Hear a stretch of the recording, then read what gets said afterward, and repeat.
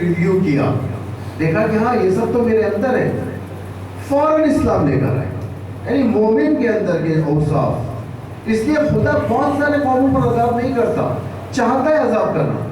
آپ نے دیکھا ہوگا کہ کہیں پر ایسا ہوتا ہے کہ دنگے ہو جاتے ہیں، دل چاہتا ہے کہ وہاں پر عذاب نازل ہو جائے وہاں پر، لیکن تمہیں نہیں معلوم کہ اس بیچ میں کوئی خیر و خیرات کرنے والے بھی ہیں جو اللہ کی راہ پر ہے. یعنی سنت ہے، اچھے رسومات کو رکھنا چاہیے، برے رسومات کو ہٹانا. جہالت برے رسومات کو اوج دیتی ہے. جہالت، جب جہالت آ جاتی ہے، نہیں دیکھتی یہ اللہ ہے، یہ پیغمبر ہے، یہ عزاداری ہے، یہ فلاں، ہر چیز کو باہر کر لے جاتی ہے، ہر چیز کو باہر کر لے جاتی ہے. یعنی علم اگر صحیح طریقے سے استفادہ ہو، علم نیوکلیئر بناتا ہے، آٹم سرچ کرتا ہے، لیکن اگر یہ علم سوء استفادہ ہو جائے، ہیروشیما ناگاساکی کا حل ہو جائے. ہیروشیما ناگاساکی، یہ جہالت. اس لیے ماڈرن زمانے کی جہالت اگر دیکھا جائے تو کافی خطرناک ہے. مت سمجھے کہ جہالت جو ایجاد کی جاتی ہے صرف ایک اسلام کے خلاف ہے، نہیں. ہر مذہب، ہر لینڈ پہ جو کلچرز ہوتے ہیں، اس کلچرز کو ختم کرنے کے لیے جہالت کو پالا جاتا ہے. یعنی اپنی سنتوں کو ختم کرنے کے لیے. کیسے ختم کیا جائے سنتیں؟ جب تک جاہلانہ فرق اوپر نہ جائے، اپنے کلچر نہیں جانتے. پہلے کیسے کیسے کلچر تھے آپ لوگ جانتے ہیں کہ گاؤں کا کلچر دیکھیں، شہروں کا کلچر، ایک ادب، لوگوں کے اندر ادب، کپڑے پہننے کا سٹائل، عورتوں کا الگ، مردوں کا الگ. لیکن کلچر ایسا بدلا کہ ٹیکنالوجی کے ذریعے سے جسے ریوائنڈ بھی نہیں کیا جا سکتا، اس طریقے سے بدلا کہ دشمن کا جو فرہنگ ہر جگہ پر پہنچنے لگا. دشمن کے بے حیائی کا بیج ہر جگہ پر پہنچنے لگا. یہ نہیں دیکھتا لینڈ آف اللہ ہے یا لینڈ آف ٹیمپل ہے یا لینڈ آف وقف ہے یا لینڈ، یہ نہیں دیکھتا. کلچر یعنی جب جہالت کا کلچر سیلاب آتا ہے تو مقدس جگہوں کو نہیں دیکھتا، خانہ کعبہ کو بھی نہیں دیکھتا. توجہ سے، میں کوئی ذاکر کے جملے نہیں، ریسپانسبلٹی کے ساتھ کہہ رہا ہوں میں. اگر جہالت کا کلچر آتا ہے، خانہ کعبہ کو بھی بت خانہ بنا دیتا ہے. جہالت کا کلچر ہے. شیطان نے کیا کیا؟ اچھا تم طواف کرتے ہو خانہ کعبہ کا، ٹھیک ہے خانہ کعبہ کا طواف کرو، لیکن خانہ کعبہ کے اندر بت رکھ دو. بت رکھ دیا. کتنے بت؟ 360 بت. اب طواف کرو. تم نماز پڑھنا چاہتے ہو، نماز کی شرط اخلاص ہے، ٹھیک ہے اخلاص نہیں، دنیا محبت دنیا تمہارے دل میں رکھ دوں گا. اب پڑھو، جتنی چاہے نماز پڑھو، جتنا چاہے کرو. روزہ رکھنا چاہتے ہو، روزے کے اندر شرط اخلاص ہے، میں تمہارے اخلاص کے ٹائٹل کو بدل دیتا ہوں. اب جتنا چاہے روزہ رکھو. ایک کتنا ایفیکٹ ہوتا ہے دین، کافی ایفیکٹ ہوتا ہے. اور دوسری طرف روزے بھی ہو رہے ہیں لیکن فائدہ بھی نہیں ہو رہا ہے. دوسری نمازیں میں امام علی فرماتے ہیں کم من صائم لیس له من صیامہ الا الجوع والظلماء. وہ فرماتے ہیں بہت سارے ایسے روزے رکھنے والے جس کے روزے صرف اور صرف بھوک و پیاس. وکم من قائم، اور بہت سارے ایسے نماز پڑھنے والے جن کی نمازیں صرف اور صرف ایکسرسائز ہیں، اس سے ہٹکر کچھ نہیں. کیوں؟ اس لیے کہ اس کے اوپر جہالت حکومت کرتی. جہالت. اسی لیے شریعت کہتی ہے کہ جب بھی تمہارا ذہن نماز میں تھوڑا بھی ڈائیورٹ ہو جائے، فوراً دوبارہ کھینچ کے لو. کیونکہ نماز کا حال یہ ہے، اگر ایک سجدہ بھی قبول ہو جائے تو پوری نماز قبول ہوتی ہے. اگر نماز قبول ہو جائے تو سارے اعمال بھی قبول ہوتے ہیں. لیکن کم از کم اتنا ڈائیورشن کو اپنے آپ سے روکو کہ اپنے ذہن کو نماز میں لگے. اس لیے کہا یہ مت سوچو کہ میری ساری کی ساری نماز ریجیکٹ ہو جائے گی. نہیں، اگر ایک ورڈ بھی قبول ہو جائے، دیکھیں کتنا خدا مہربان ہے. خدا کیا چاہ رہا ہے؟ اگر ایک ورڈ بسم اللہ الرحمن الرحیم، توجہ کہیں اور ہے. الحمدللہ رب العالمین، توجہ کہیں اور ہے. الرحمن الرحیم، مالک یوم الدین کے اوپر آیا ذہن، مالک یوم الدین کے اوپر سوچنے لگ گیا. مالک یوم الدین. پھر کیا؟ پھر دو اگر یہ مالک یوم الدین جو چھوٹا سا ورڈ ہے نماز میں اتنا بھی کنسنٹریشن تمہارا آ گیا نماز کے اندر، کافی ساری نماز قبول ہونے کے لیے. اللہ جلدی کسی کے اعمال کو ریجیکٹ نہیں کرتا. خدا اتنا بلند ہے، خدا اتنا بلند ہے. جہالت سے جنگ کرنے کا طریقہ چاہیے ہمیں، ورنہ جہالت کا لشکر بہت ویک ہے جس کے پاس طاقت نہیں ہوتی. بس سامنے والے کو چاہیے کہ طریقہ کیسا اپنا جنگ کرنے کا، ریش طریقہ اپنا ہے، سافٹ طریقہ اپنا ہے. نہیں، بہت آسان طریقہ ہے اس سے جنگ کرنے کا. تم اپنے آپ کو کانسنٹریٹ کرو، عقیدے میں کانسنٹریٹ کرو، دیکھو کہ میں کیا کر رہا ہوں. کہیں ایسا نہ ہو کہ میں ایک چیز جو ایجاد کر رہا ہوں یہ آئندہ کی نسل کے لیے عبادت بن جائے. یہی ہوتا ہے نا، آئندہ کی نسل کے لیے عبادت بن جاتی ہے وہ چیزیں. بہت ساری جگہوں پر دیکھیں ایک شو پیس لا کر رکھا گیا. میں ایک حقیقی واقعہ آپ کے سامنے بیان کروں اور آپ کی زحمت کو ختم کر رہا ہوں. ایک شو پیس دادا نے لا کر رکھا تھا. یہ جگہ کا واقعہ نہیں بتاؤں گا، یہ ہے ایک جگہ کا ہے. دادا نے ایک شو پیس لا کر رکھا تھا. پتہ نہیں شو پیس کس چیز کا تھا، حرم کا تھا یا کسی اور چیز کا تھا. یعنی ایک اوپر رکھنے کے لیے تاکہ خوبصورت رہنے لگے. تھرڈ جنریشن میں وہ شو پیس عبادت کے مرکز بن گئے. اب کیا کہیں گے، عبادت کا مرکز بن گئے. ایسے ہی ہوتا ہے. اس لیے کافی دقت کے تھا، کافی دقت. ایک آیت اللہ تھے بڑے صاحب تقویٰ جس کے پاس کافی علم تھا، تقویٰ تھا. نماز ان کے پیچھے لوگ پڑھتے تھے بہت زیادہ اور مزہ آتا تھا پڑھنے ان کے پیچھے نماز. یعنی اتنا دلچسپ نماز میں دل لگتا تھا. ایک بار ایسا ہوا کہ ان کا ذہن پراگندہ ہو گیا. رکوع کی جگہ سجدے میں جاتے تھے تو پیچھے سے کہنا پڑتا تھا سبحان ربی العظیم میں ہو گئے تھے. کبھی قنوت کی جگہ رکوع میں جاتے تھے کہتے پڑتا تھا لا الہ الا اللہ. اتنا. ایک بار ان کے شاگردوں نے ان سے جا کر حال دریافت کیا، کہا کہ آقا آخر کیا ہو گیا آپ کو، آج کل آپ کا ذہن نہیں لگ رہا ہے یہاں پر، کوئی مشکل ہے کیا آپ کے ساتھ. رونے لگے کہنے لگے کہ میں قریب ایک حدیث میں نے دیکھی ہے جس کے بعد سے میں ڈر گیا ہوں، میں خود اپنے اندر نہیں. پوچھا آقا وہ حدیث کون سی ہے؟ وہ حدیث یہ ہے کہ رسول اکرم امیر المومنین سے فرماتے ہیں اے علی جتنے ہدایت کے راستے، توجہ کریں آپ لوگ، جتنے ہدایت کے راستے تمہارے پاس ہیں اتنے ہی گمراہی کے راستے شیطان کے پاس ہیں. کتنے راستے شیطان کے پاس؟ انڈر اسٹیمیٹ نہ کریں. بس طاقت، جب طاقت ہوگی، روحانی طاقت ہوگی، خدا پر بھروسہ ہوگا، کوئی شیطان کی قدرت حملہ نہیں کر سکتی. کیونکہ خدا کا وعدہ ہے لیس لہ سلطان علی الذین آمنوا، یعنی خدا وعدہ کر رہا ہے شیطان اس کے اوپر ڈومینیٹ نہیں کر سکتا. جو صاحبان ایمان، جو اللہ پر ایمان رکھتے ہیں، جو ان پہ ڈومینیٹ نہیں کر سکتا. یہ ان کے لیے چاہے کچھ بھی کر لیں، یہ لوگ کبھی جھکنے والے نہیں. یعنی تسلیم نہیں ہوں گے یہ لوگ زمانے کے سامنے، دنیا کے سامنے. مقاومت کرنے والے لوگ ہوں گے، استقامت کریں گے، اللہ کے لیے ٹھہریں گے، اللہ کے لیے بیٹھیں گے، اللہ کے لیے اپنی جان کو قربان کریں گے، اللہ کے لیے اپنے بچوں کو قربان کریں گے، اللہ کے لیے علی اصغر کو قربان کریں گے، اللہ کے لیے علی اکبر کو قربان کریں گے. لیکن اتنی قربانیوں کے بعد بھی ایک اوف زبان سے نہیں نکلے گا. ان کی زبان پر صرف ایک ہی ہوگا، الہی رضن بقضائے تسلیما لامرے لا معبود سوا. خدایا میں راضی ہوں، تیری اس مرضی پر راضی ہوں، میں تیرے امر کے سامنے تسلیم ہوں. پروردگار نہیں ہے کوئی معبود سوائے تیرے. یزید ایک بار کیا، اگر 100 بار بھی اس کربلا کو ایجاد کرے گا ہم مر مٹنے کے لیے تیار ہیں. یہ مردان خدا کا نعرہ ہوتا ہے. اس طریقے سے خون دیتے ہیں. کیوں خون دیتے ہیں؟ تاکہ ان کی جہالت کو ختم کریں، تاکہ لوگ جانیں جس چیز کے لیے ہم نے جان دیا ہے وہ خدا کا نام ہے، خدا کا نام اونچا رہے، تاکہ جانیں، جہالت سے نکلیں، توبہ کریں، آ جائیں حسین ابن علی کے پاس.